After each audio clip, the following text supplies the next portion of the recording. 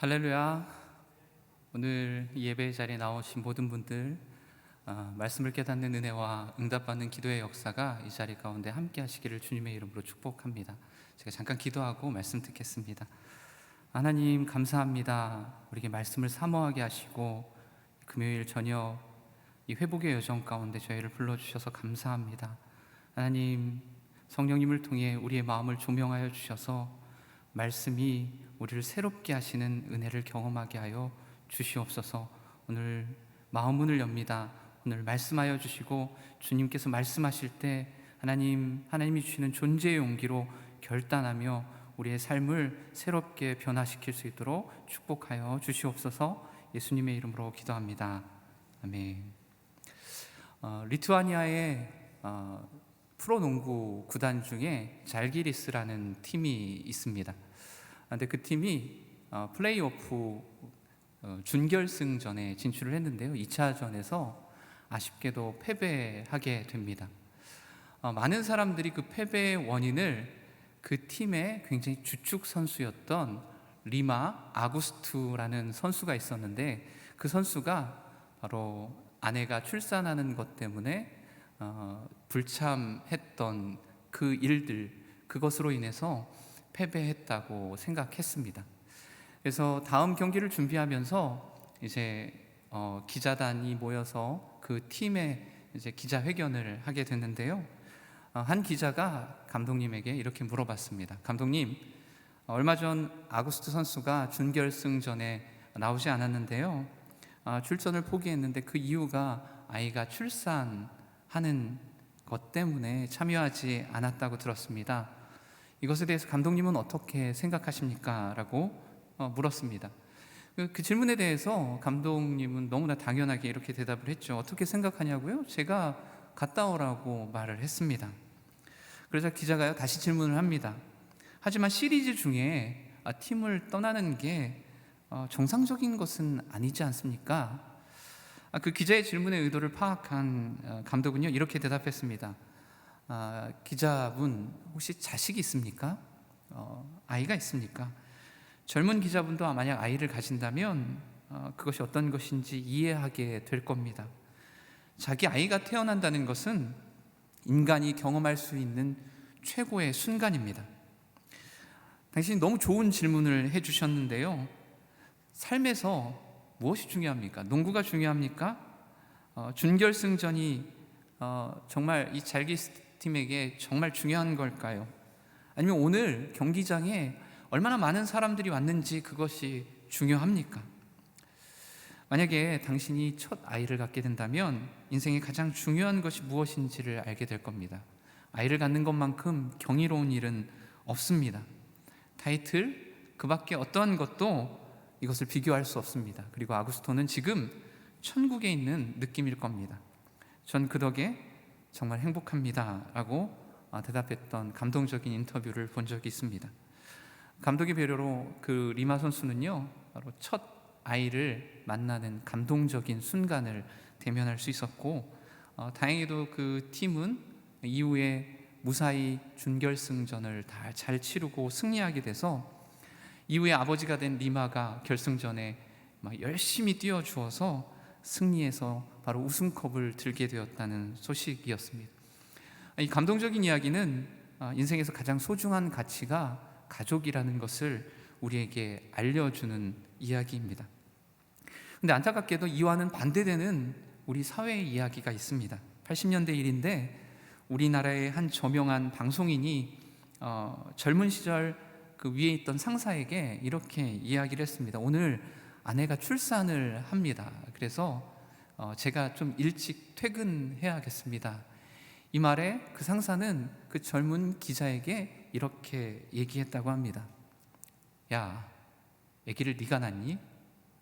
네가 가봤자 아이를 너가 낳는 것도 아닌데 뭘 이렇게 일찍 가려고 하냐, 이런 얘기였습니다. 오래전 일이긴 하지만 어쩌면 이 한마디가 지금 우리 한국 사회의 단면을 보여주고 있는지도 모릅니다. 우리는 그동안 경제발전이라는 이유로, 그리고 먹고 살기 힘들다는 이유로 가정을 희생하는 것을 너무나 당연시 여겨왔습니다. 그렇다면 지금 경제발전을 이루고 먹고 살만해진 우리의 모습은 어떻게 달라졌을까요? 2021년 11월에 미국의 여론조사 퓨 리서치 센터가 세계에서 가장 경제가 발전한 17개 나라에 19,000여 명의 사람들을 대상으로 리서치를 한 질문이 하나가 있었습니다. 개방적인 질문이었는데요. 인생을 의미 있게 하는 것은 무엇입니까? 라는 질문이었어요. 이것은 경제가 발전한 나라의 사람들이 그들의 삶에서 가장 비중 있게 여기는 것이 무엇이고 가장 만족하게 하는 근원이 무엇인지를 묻는 질문이었습니다. 그런데 이 질문에요, 17개 나라 중 14개의 나라가 동일한 대답을 합니다. 아마도 여러분이 예상하실 테지만 가족이었습니다. 그들의 인생에서 가장 의미 있는 것을 가족이라고 대답했어요. 다른 어떤 것보다, 물질적인 풍요로움보다 그들의 인생에서 가족을 가장 우선순위로 꼽는다는 거였죠. 근데 반면 세 나라만 다른 대답을 하게 됩니다. 어떤 나라였을까요? 제가 이 이야기를 한 것은 한국도 여기에 들어간다는 의미일 겁니다. 그 나라 중에 대만은 중국의 위협을 당시에 겪고 있기 때문에 사회가 가장 우선순위가 되어야 한다고 그 가치를 매겼습니다. 코로나로 어려움을 겪고 있던 스페인은 건강이 최우선이었고요. 그러면 한국은 무엇이라고 말했을까요? 한국 사람들은요, 물질적인 풍요가 그들의 삶에 가장 우선이 된다고 이야기를 했습니다. 물론 다른 나라 사람들의 대답 중에 상위 3위 안에 드는 대답 안에는 물질적인 풍요가 들어갑니다. 그런데요, 그것을 최상의 중요성과 가치로 여긴 나라는 대한민국뿐이라는 것이죠. 대한민국의 최상의 가치는 물질적인 풍요였고요. 두 번째는 건강이었습니다. 그리고 3위 안에 든 것이 3위가 바로 가족이었죠. 전통적으로 유교 사회로 여겨졌던 이 한국은 바로 가족을 중요하게 여기는 문화 속에 살고 있다고 생각을 했습니다. 그런데 우리 모습들을 되돌아보면 지금 실상은 그렇지 않은 것들을 보게 됩니다. 우리는요, 가정을 행복하게 만드는 것에 열심을 내는 것보다는 아름다운 뷰를 가진 아파트에 사는 것, 그것에 더 관심을 가지고 있습니다. 아무리 좋은 집에 산다고 해도 여러분, 가정이 깨어진다면 어떤 일이 일어나게 될까요? 그것은 어쩔 수 없이 강제적인 힘에 모여 살게 되는 감옥이 될 수밖에 없을 겁니다. 그래서 잠언은요, 이것에 대해서 많은 이야기들을 하고 있는데, 마른 떡 한 조각만 있고도 화목하는 것이 제육이 집에 가득하고도 다투는 것보다 낫다고 말합니다. 그러니까 화목한 가정의 중요성을 잠언은 끊임없이 우리에게 이야기를 해주고 있는 거죠. 그렇다면 여러분, 가정이란 무엇일까요? 그리고 하나님께서는 가정을 통해서 어떠한 계획과 뜻을 가지고 계신 것일까요? 하나님께서 세상을 창조하시고 가장 먼저 만드신 기관과 공동체는 바로 다름 아닌 가족이었습니다. 하나님은요, 삼위일체 하나님의 연합과 사랑, 그 관계 안에서 세상을 창조하셨습니다. 그 사랑과 연합의 관계가 삼위일체를 넘어서서 사랑의 대상을 찾고 그 사랑을 흘려보낼 수 있는 대상을 창조하게 된 거죠. 그래서 창조는요, 다름이 아니라 삼위일체 하나님의 연합과 사랑 안에서 흘러넘치는 하나님의 영광이 계시된 사건이라고 할 수 있습니다. 그리고 특별히 하나님의 형상으로 창조된 인간을 통해서 하나님은 그 연합과 사랑의 관계를 계속해서 확장해 나가기를 원하십니다. 하나님이요, 그래서 하나님의 형상대로 남자와 여자를 창조하시고 곧바로 창세기 1장 28절에 그 남자와 여자에게 이렇게 명령하시는 장면이 있습니다. 창세기 1장 28절인데요, 하나님이 그들에게 복을 주시며 하나님이 그들에게 이르시되 생육하고 번성하여 땅에 충만하라, 땅을 정복하라, 바다의 물고기와 하늘의 새와 땅에 움직이는 모든 생물을 다스리라 하시니라. 하나님께서 가정에게 복을 주셨습니다. 그리고 그 복을 통해서 그 가정이 생육하고 번성하고 땅에 충만하라고 말씀하신 거예요. 다름이 아니라 하나님은 가정을 통해서 이 명령을 이루시겠다고 선포하신 거죠. 여러분, 가정은요, 그러니까 하나님의 창조의 거의 최종적인 완성이자 목적이었습니다. 삼위일체 하나님의 형상을 닮은 공동체, 그리고 그 연합과 사랑의 관계를 닮은 공동체를 만드시는 것이 하나님께서 이 땅을 만드시고 세상을 창조하시고 남자와 여자를 만드신 하나님의 창조의 바로 원리였고 창조의 목적이었다는 것입니다. 그런데 인간은 어떻습니까? 인간은 하나님께 반역합니다. 하나님의 뜻에 반역해서 하나님을 떠나게 되죠. 그리고 하나님을 떠난 가정은 고통과 파괴의 현장이 됩니다. 하나님은 남자와 여자를 창조하시고 서로 돕는 배필이 되게 하셨어요. 그런데 그 서로 돕는 배필이 하나님을 떠난 이후에 서로의 관계가 틀어지고 끼어지게 됩니다.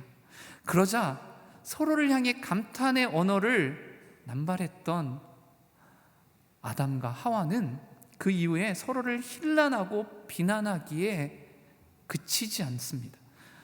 그 비난하는 말들이 난무하게 되죠. 깨어진 가정 속에서 자란 바로 그 자녀였던 가인과 아벨은 어떻습니까? 인류 최초의 살인이라는 주인공이 되어서 한 사람은 살인자가 되고요, 한 사람은 그 가해자와 바로 피해자가 됩니다. 하나님을 떠나 인간이 중심이 된 세상, 그리고 그 가정은 더 이상 안전한 곳이 아니었습니다. 여러분, 창세기 이야기를요 다른 관점으로 보면, 제가 오늘 말씀을 준비하면서 창세기 전체를 한번 이렇게 쭉 훑어보니까 창세기 전체의 내용들, 바로 하나님을 떠나서 깨진 가정을 하나님께서 끊임없이 회복하시려고 하는 이야기로 구성되어 있는 것들을 보게 됩니다. 아브라함도, 이삭도, 야곱도, 요셉도 수많은 가정의 상처와 끼어진 그 모습들을 회복하시는 하나님의 은혜를 경험하게 됩니다. 그래서 하나님은요 새로운 구원의 역사를 시작하실 때 가정을 선택하십니다. 그리고 그 가정과 언약을 맺으시는 것들을 볼 수가 있어요. 악이 관영한 시대에 하나님은 노아의 가족을 선택하셨습니다. 그리고 그들과 언약을 맺으시죠. 뿐만 아니라 아브라함의 가정을요 선택하셨어요. 그리고 이스라엘이라는 새로운 역사를 그들을 통해서 구원의 역사를 써 내려가기 시작하십니다. 여러분, 하나님께서는요 가정을 회복하기를 원하십니다. 하지만 죄로 인해 깨진 세상 속에서 살고 있는 우리 모두는 그 죄로 인해 깨진 세상 가운데 깨어진 가정을 경험하게 될 수밖에 없습니다. 오늘 말씀은요 깨진 가정을 우리가 어떻게 회복할 수 있을지 그 비결을 우리에게 알려주고 있는데요, 오늘 말씀을 보면 야곱의 아내였던 레아가 등장하게 됩니다. 그렇다면 레아에게는 어떤 문제가 있었을까요? 31절의 말씀, 그 이유를 한번 살펴보도록 하겠습니다. 31절에 있는 말씀입니다. 함께 읽겠습니다. 시작. 여호와께서는 레아가 사랑받지 못하는 것을 보시고 그녀의 태를 열어주셨습니다. 그러나 라헬은 아이를 갖지 못했습니다. 레아의 문제는 무엇이었습니까? 레아의 문제는요 바로 남편 야곱에게 사랑받지 못한다는 거였어요. 물론 야곱이 원해서 한 결혼은 아니었을 겁니다. 원해서 레아와 결혼하지 않았어요. 외삼촌 라반이요 강요와 협박과 강제적인 억지 주장에 의해서 결혼하게 되었습니다. 그렇다고 하더라도 야곱은요 결혼한 이상, 아내로 바로 레아를 맞이한 이상 그에게 사랑을 줄 의무가 있었습니다. 그러나 야곱은 레아를 사랑하지 않았고 레아는 야곱에게 사랑받지 못한다고 느꼈습니다. 어쩌면 이 모습은 역기능적 가정의 모습을 보여주고 있다고 할 수 있습니다. 역기능적 가정 가운데 자라난 야곱은요 그에게 나타난 반응도 마찬가지였을 겁니다. 어쩌면 이것이 당연한 반응이었을지 몰라요. 야곱은 어땠습니까? 야곱은 형 에서만 사랑하는 아버지 이삭의 밑에서 자라게 됩니다. 그리고 반대로 자신만을 끔찍하게 여기는 바로 어머니 리브가와 이상할 정도로 밀착되어 있었어요. 어머니 리브가는요 야곱에 대한 이상한 잘못된 집착으로 인해서 야곱이 복을 받을 수 있도록, 에서가 아닌 야곱이 복을 받을 수 있도록 바로 이삭을 속이는 계략을 짜게 된 거죠. 그리고 그것을 통해서 그 가정은 파탄나게 되는 결정적인 원인으로 작용하게 됩니다. 그 일로 인해서 형 에서와의 동생 야곱은 어떻게 됐을까요? 돌이킬 수 없는 관계가 되었어요. 그래서 야곱은 더 이상 그 둘과 함께할 수 없어서 외삼촌이 있는 바로 라반 외삼촌에게 밧단 아람으로 도망가게 됩니다. 이러한 역기능적 가정의 특징, 바로 고스란히 우리 성경에서 볼 수가 있는데요, 가족 사이에 정서적 또 유대감이 끊어지고 대화가 단절되는 모습들을 보게 됩니다. 또 다른 한편으로는요, 과도한 애착이 형성이 되어서 서로 종속관계를 형성하는 이상한 관계가 형성되게 되죠. 그러니까 한마디로 관계가 단절되거나 반대로 서로 병적으로 서로를 집착하게 됩니다. 그 이외에도 이 엽기능적 가정에는 여러 가지 현상들이 일어나게 됩니다. 한 사람에게 침묵을 강요하거나, 자녀나 또는 아내에게 침묵을 강요하거나, 편애와 차별이 난무하게 됩니다. 또 사람을 사랑의 대상으로 보는 것이 아니라 내가 이용하고 또 강탈하고 사용하려는 대상으로 바라보게 되죠. 그래서 누군가에게는 무감각하고 그 사람이 어떤 감정을 느끼는지에 대해서는 전혀 느끼지 못한 채 방치하는 일들도 비일비재하게 일어나게 됩니다. 심한 경우에는요, 남편에게 사랑받지 못하고 고통받는 아내들이 바로 자녀들을 힘들게 하고 집착하는 경우들을 보게 됩니다. 가정 내에서 취약한 자녀가 있다면 그 자녀들을 고자질하고 누군가 희생양으로 삼아서 고자질하고 벌을 주는 이러한 악순환이 계속되고 반복되고 있습니다. 또는 무기력한 부모 아래서 자란 아이들은요, 부모를 조종하려고 하거나, 가족 안에서 자기 편이 없고 충분한 사랑을 얻지 못하는 아이들은 가출하거나 자살을 시도하는 지경에까지 이르게 됩니다. 여러분, 이것은요, 죄로 인해 깨진 세상 가운데 있는 바로 우리의 가정의 모습이기도 합니다. 그리고 이 역기능적 가정의 모습은 그 대에서만 있는 것이 아니라 대를 이어서 반복되게 되고 그 악영향은 계속해서 전해지는 것들을 보게 됩니다. 레아는요, 사랑받지 못하는 자존감의 상실을 경험하고 있었어요. 아마도 성경에 따르면 그의 모습이, 외모가 당시의 기준으로 봤을 때 매력적이지 않았던 것 같습니다. 성경은 이것을 이렇게 표현하고 있는데요, 레아는 시력이 약했습니다. 그리고 라헬은 외모가 아름답고 얼굴이 예뻤습니다 라고 기록을 하고 있습니다. 평소에도 아마 라헬에게 많은 사람들이 집중했을 것이고 레아는 그렇게 사랑받지 못했을 거라는 추측을 할 수 있을 겁니다. 그래서 레아는요, 결혼을 한 이후에 자신의 목표를 이렇게 설정합니다. 내가 남편에게 사랑을 받아보겠다. 내 노력을 통해서 남편에게 사랑받는 아내가 되겠다. 그것이 그의 결혼의 목적이 되었고 인생의 목적이 됩니다. 32절부터 33절의 말씀입니다. 32절, 33절에 있는 말씀을 함께 읽겠습니다. 시작. 레아가 임신해 아들을 낳고 여호와께서 내 비참함을 보셨구나. 이제 내 남편이 나를 사랑할 것이다 하면서 그 이름을 르우벤이라고 지었습니다. 그녀가 다시 임신해 아들을 낳고 여호와께서 내가 사랑받지 못하는 것을 들으시고 이 아이를 내게 주셨구나 하면서 그 이름을 시므온이라고 지었습니다. 남편의 사랑을 받지 못하고 비참함을 느꼈던 레아, 그 레아는요, 아이를 낳는 것으로 남편의 사랑을 인정받으려고 하고 남편의 사랑을 채우려고 합니다. 여러분, 르우벤이라는 뜻은요, 르우보다라는 거예요. 르우벤, 아들, 내 아들을 봐라, 내 아들 봐봐, 내가 아들을 낳았으니 이제 나는 사랑받는 자격이 충분해 라고 사람들에게 스스로를 자랑하면서 사랑의 자격을 이야기하고 있는 거예요. 그러면서 하나님께서 내 비참함을 보셨다라고 그는 그렇게 이야기합니다. 그러면서 이제 내 남편이 나를 사랑하겠지 기대하는 거죠. 그런데요, 그녀가 사랑받지 못했다는 것은 두 번째 아이가 태어나 그 아이의 이름을 짓는 것을 보면 알 수가 있습니다. 두 번째 아이의 이름은 시므온입니다. 시므온의 출생을 통해서 우리가 알 수 있는데요, 시므온이란 하나님께서 들으셨다라는 뜻이에요. 그러니까 자신이 사랑받지 못하는 사정과 처지를 하나님께서 들으시고 이 아들을 주셨다고 말하고 있는 거죠. 여러분, 레아는요, 사랑받으려고 그렇게 노력했지만 야곱의 사랑을 받지 못했습니다. 두 명의 아이를 낳았음에도 불구하고 그녀는 사랑받는다고 전혀 느끼지 못했던 거죠.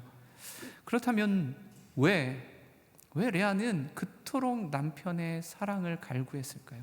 왜 그렇게 남편의 사랑을 받기를 원했을까요? 여러분, 인간은요 하나님의 형상으로 창조되었습니다. 하나님의 형상으로 창조되었다는 건 하나님의 모습과 하나님의 성품을 닮아 있는데, 사랑의 근원이신 하나님, 그 하나님의 모습과 형상을 닮은 인간은 바로 사랑으로 채워져야 되는 영혼의 한 부분이 있습니다.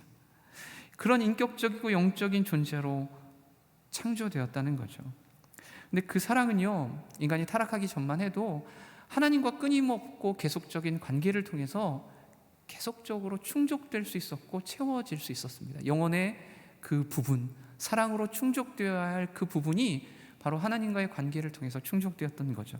그런데 죄로 인해서 인간이 그 관계가 끼어지고 나고 하나님과 분리되었을 때, 인간의 영혼의 사랑으로 채워져야 할 그 공간이 더 이상 하나님의 사랑으로 채워지지 않게 된 겁니다.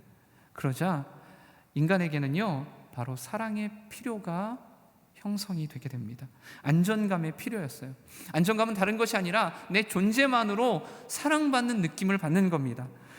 바로 사랑을 얻으려고 내가 애쓰지 않고 노력하지 않아도 조건 없이 온전히 내 존재가 사랑받고 있다고 느끼게 되는 것, 어떤 노력으로도 얻을 수 없고 그래서 결코 상실할 수 없고 잃을 수 없는 그 사랑을 내가 지금 받고 있다는 확신, 그것이 안전감의 필요입니다.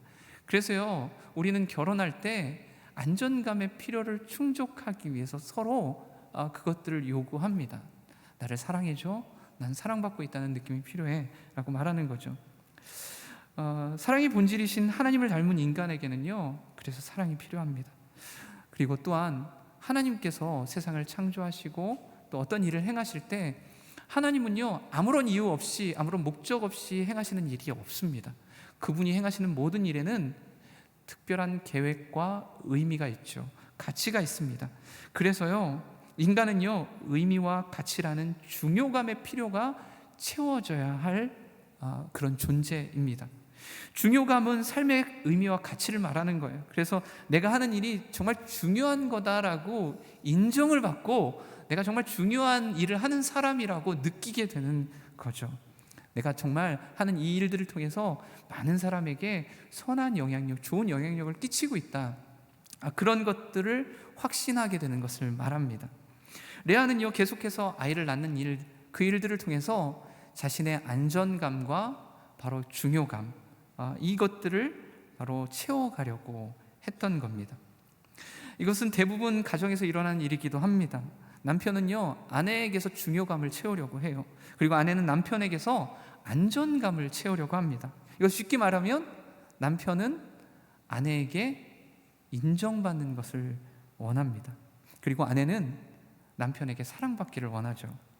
남편과 아내는 이러한 서로의 필요를 채워줌으로써 서로가 본질적인 연합을 이룰 수 있다고 생각을 하게 됩니다. 그런데 과연 그럴까요? 34절의 말씀입니다. 우리 함께 읽겠습니다. 34절의 말씀 시작. 그녀가 다시 임신해 아들을 낳고 내가 내 남편의 아들을 셋이나 낳았으니 이제 드디어 그가 내게 애착을 갖겠지 하면서 그 이름을 레위라고 지었습니다.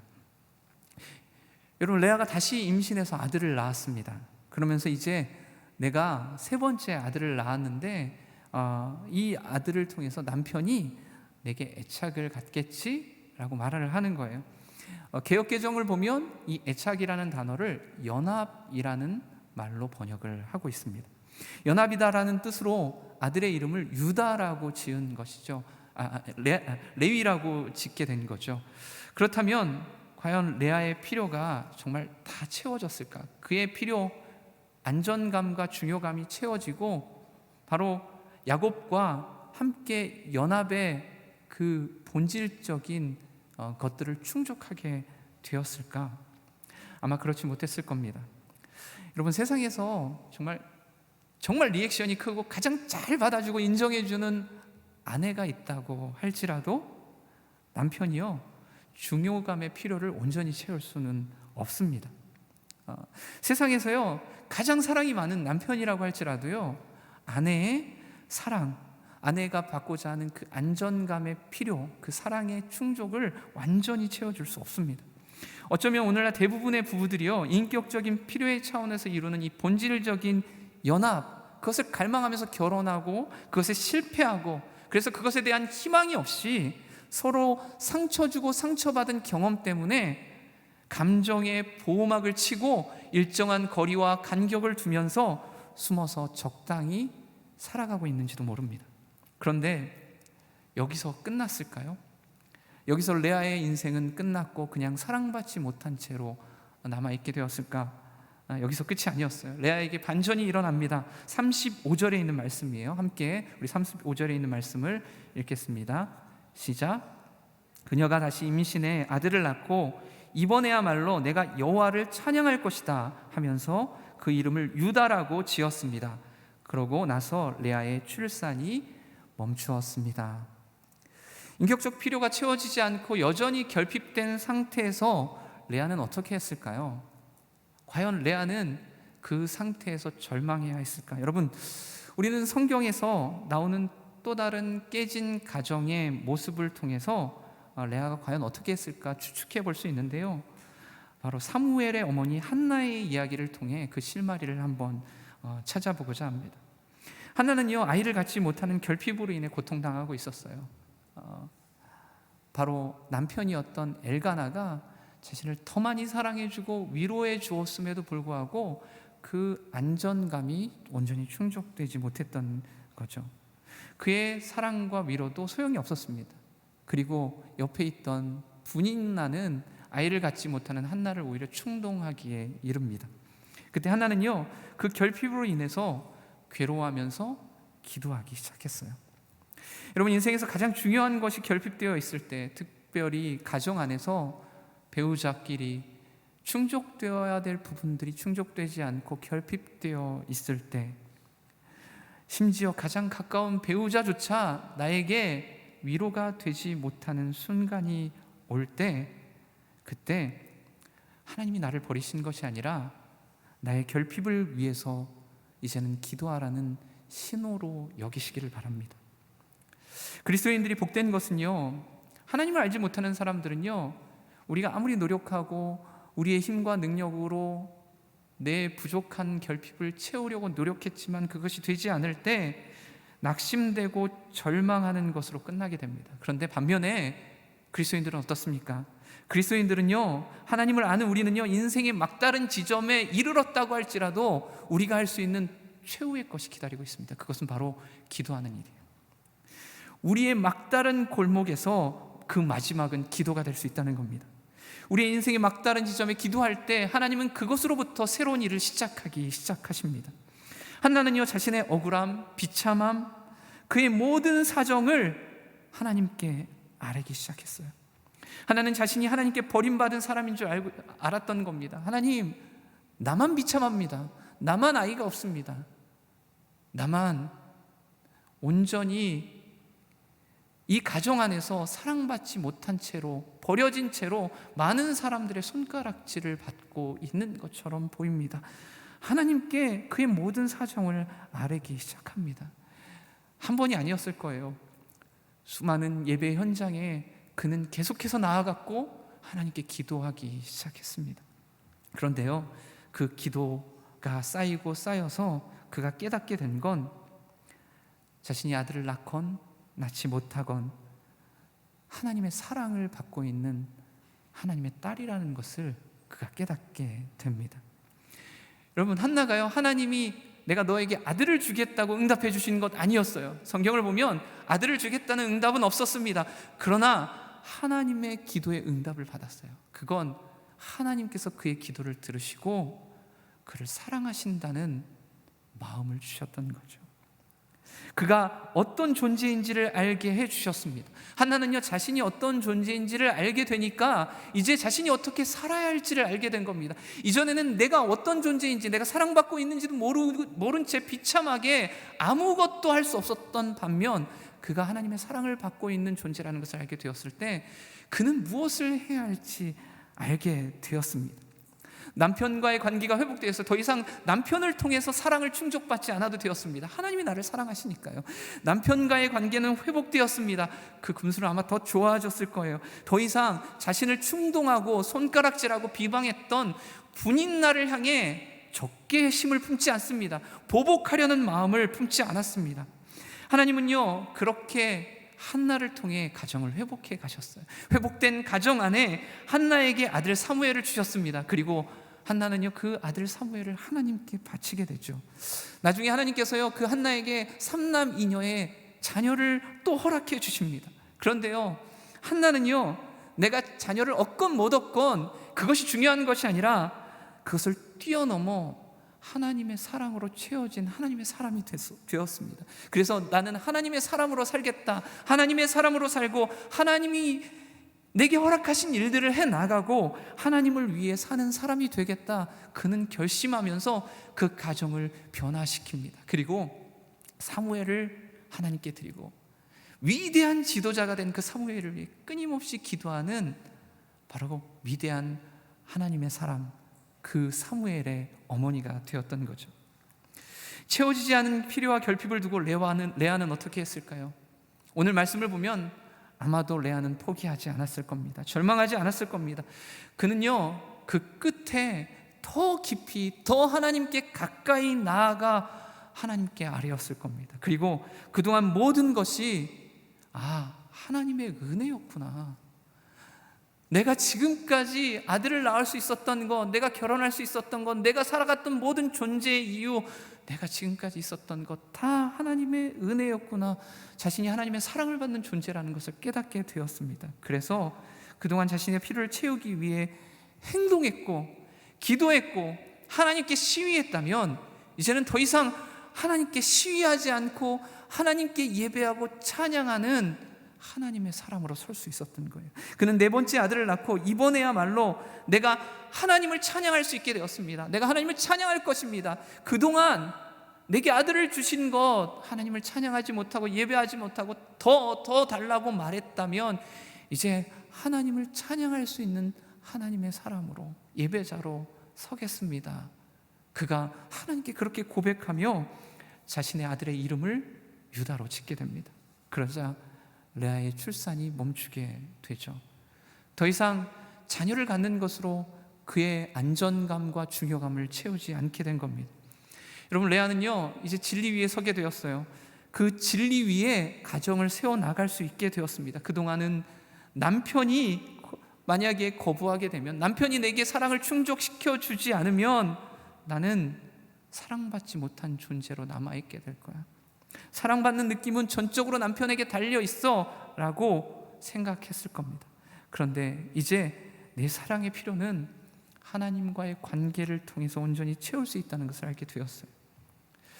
여러분, 그렇다면 어떻게 우리는요 죄로 인해 깨어진 가정을 회복할 수 있을까요?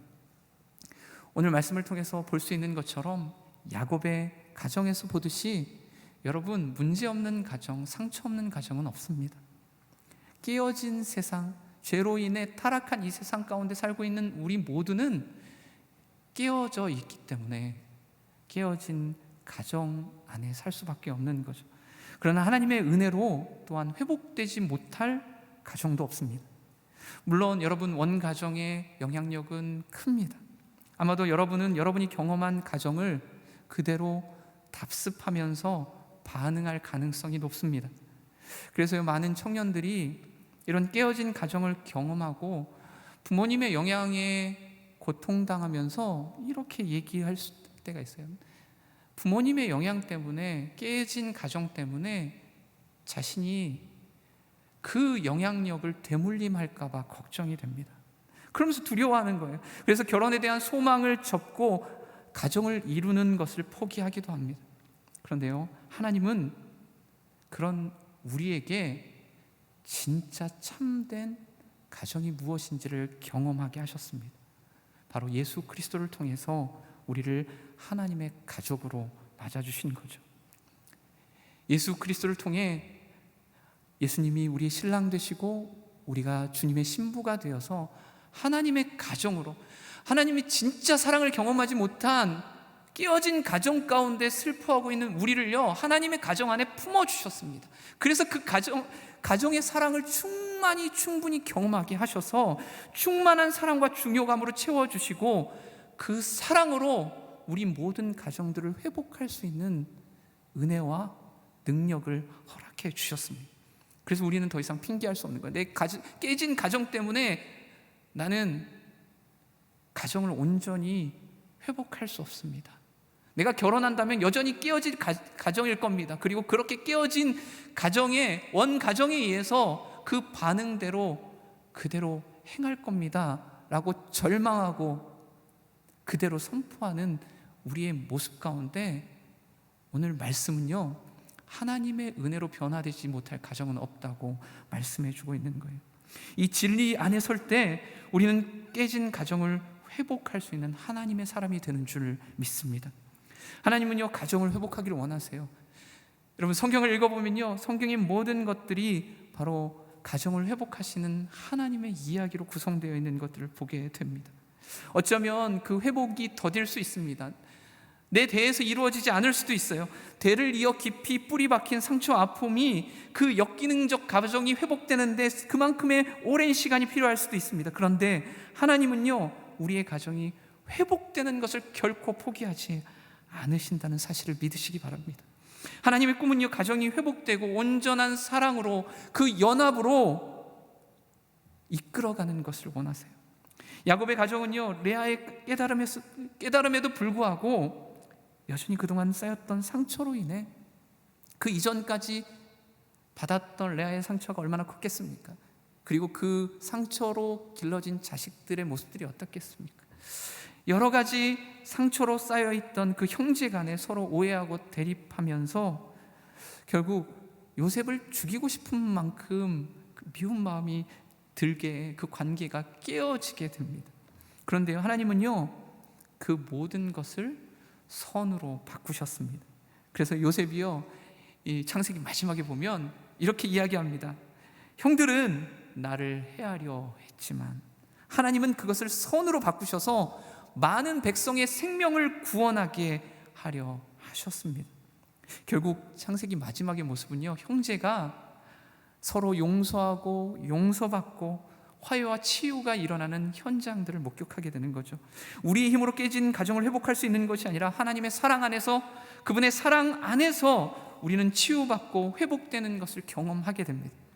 여러분, 우리의 힘과 능력이 아니라 하나님의 능력으로 가능하다는 것을 믿으시기 바랍니다. 여러분, 한번 상상해 보십시오. 머릿속에 동그란 원을 그려보시고 그것이 동그란 시계라고 한번 상상을 해보세요. 10시 방향에 요셉이 있고 2시 방향에 여러분 요셉의 형들이 있다고 생각해 보십시오. 그 간극, 서로 멀어진 간극은 요셉의 힘으로도 또 요셉의 형들의 힘으로도 또 가족의 누구의 힘으로도 메꿔질 수 없습니다. 여러분, 이런 말이 있어요. 부부 사이에 잘 때 서로 등을 돌리고 자면 밤 사이에 지구 한 바퀴를 돌아야 만난다는 이야기가 있습니다. 그만큼 사이가 벌어졌다는 거죠. 그 간극을 사람의 힘으로는 채울 수 없습니다. 어느 한쪽의 힘으로 노력한다고 될 수 있는 것이 아니에요. 그럼 어떻게 해야 됩니까? 여러분, 10시 방향의 요셉, 2시 방향의 요셉의 형들, 그들이 아무리 노력하고 서로 힘쓴다고 해도 그 간극이 메꿔지는 것이 아니라 중앙에 있는 하나님께 더 가까이 들어온다면, 가정을 회복시키시려는 하나님의 꿈과 계획 가운데 그들이 들어오면 들어올수록 그들은 그곳에서 서로 이해하고 용서하고 화해하게 되는, 하나님 안에서 만나는 거룩한 은혜를 누리게 됩니다. 하나님의 꿈이 그 일을 이루시는 거죠. 하나님의 꿈은요, 바로 요셉에게 역사하셔서 그 수많은 아픔과 고통 가운데 그 모든 것들을 이기고 가족을 회복하는 은혜를 허락해 주십니다. 그런데 사탄은 어떻습니까? 사탄은요, 가정을 파괴합니다. 인간관계를 깨어뜨립니다. 교회 공동체를 나눠지고 분열시킵니다. 가정이 하나 되고 교회가 하나 되어야 세상과 대항해서 싸울 수 있을 텐데, 세상에서 빛과 소금의 역할을 감당할 수 있을 텐데, 사단의 전략은 무엇입니까? 가정을 깨트리고 서로 싸우게 하는 거예요. 서로 분열하게 하는 거예요. 서로의 적이 되게 만드는 거죠. 여러분, 속지 마시기 바랍니다. 그러나 하나님의 꿈이 무엇인지, 하나님의 계획이 무엇인지 우리가 안다면, 하나님은요, 우리의 가정을 화평케 하시고 하나 되게 하시고 우리의 가정을 새롭게 하시는 은혜를 바라볼 수 있게 될 것입니다. 근데 더 놀라운 것은요, 여러분, 하나님의 꿈이, 하나님의 계획이 이 가정만을 회복하는 데 그치지 않았다는 거예요. 야곱의 가정만 화평케 한 것이 아니라 야곱의 그 깨어진 가정을 통해서 하나님은요, 바로 당시 팔레스틴 지역의 대기근 가운데 있던 수많은 민족들을 구원하는 구원의 통로로 사용하시는 것들을 보게 됩니다. 이것은요, 요셉의 가족도 그 누구도 꿈꾸지 못했던, 알지 못했던 그 가족의 역사였습니다. 여러분, 가정이 진리 안에 서지 못하고 복음의 능력을 회복하지 못하면 그 가정은 무시무시한 감옥으로 변화되게 됩니다. 서로 정죄하고 죄책감을 심어주고 서로 필요에 따라 조종하고 이용하는 관계로 변질되게 되죠. 성경은요, 하나님 안에 참된 가정을 경험하지 못하고 그래서 죄와 폭력의 사슬을 끊어내지 못하는 무기력한 우리에게 예수 그리스도께서 찾아오셔서 우리를 그분의 가족으로 삼아주시는 놀라운 구원의 이야기를 전해주고 있습니다. 여러분, 하나님은요, 여러분의 가정을 회복하기를 원하십니다.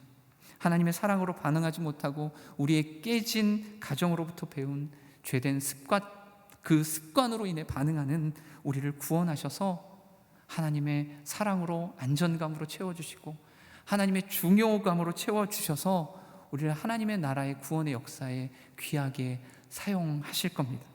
주 예수를 믿으라, 그리하면 너와 내 집이 구원을 얻으리라.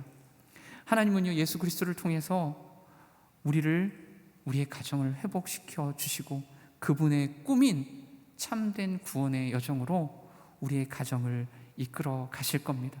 그리고 여러분의 가정을 완전히 회복시켜 주셔서 여러분의 가정을 통해서 이웃을 섬기는 것뿐만 아니라 나라와 민족, 열방을 구원하는 축복의 통로로 사용하실 줄 믿습니다.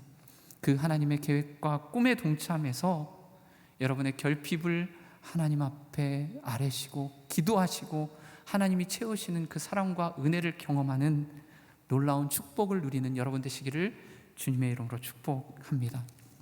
이 시간 오늘 말씀 가지고 함께 기도하며 나아가도록 하겠습니다.